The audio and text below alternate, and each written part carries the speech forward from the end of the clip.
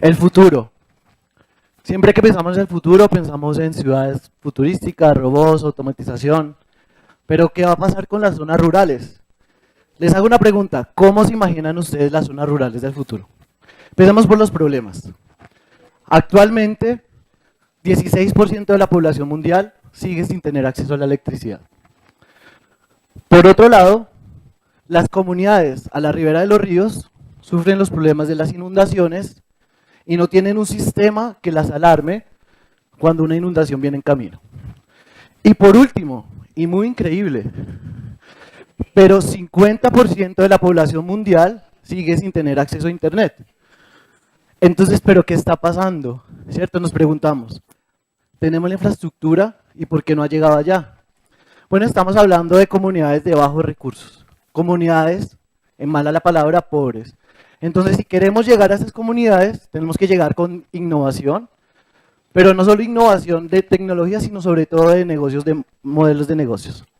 Aquí es donde nosotros entramos en juego. Nosotros cogemos estos tres problemas y solo con una solución los solucionamos. Por un lado tenemos un contenedor con paneles solares y por el otro lado tenemos una turbina inteligente desarrollada por nosotros que tiene un sistema de monitoreo satelital. Entonces estamos empezando a llevar aplicaciones aeroespaciales a las comunidades rurales.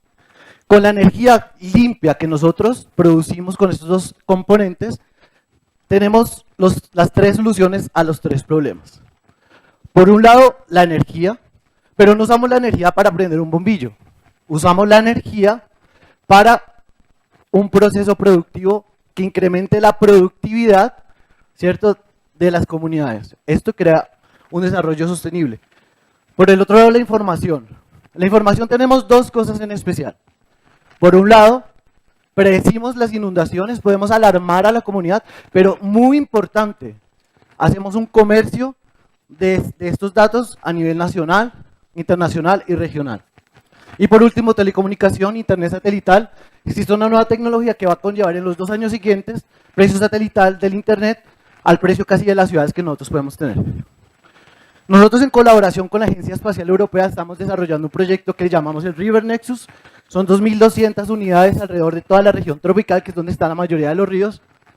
Y el futuro de las comunidades rurales es hacer el Google de los ríos con ellos.